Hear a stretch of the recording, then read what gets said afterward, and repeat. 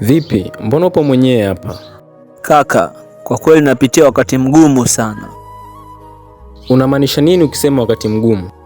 Kuna mwanamke nampenda, tena nampenda sana, lakini sidhani kama yeye anathamini upendo wangu. Hivi unanishauri nini kakangu? Kaka, kwanza kabisa, kuendelea kufosi upendo mahali ambapo utakiwi, huo ni udhaifu. Mbona udhaifu tena? Kwa sababu ya kuhitaji kama unavyomhitaji wewe. Nikushauri kitu, usimpende mtu mpaka na wewe uhakikishe kwamba anakupenda na upendo wako ule ule.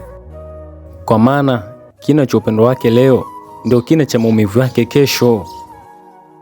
Sijui umenielewa? Nimekuelewa. Si nimezamisha meli, furaha imekwenda na upepo. Yule nilimpenda kweli, kaniachia mateso, makande sio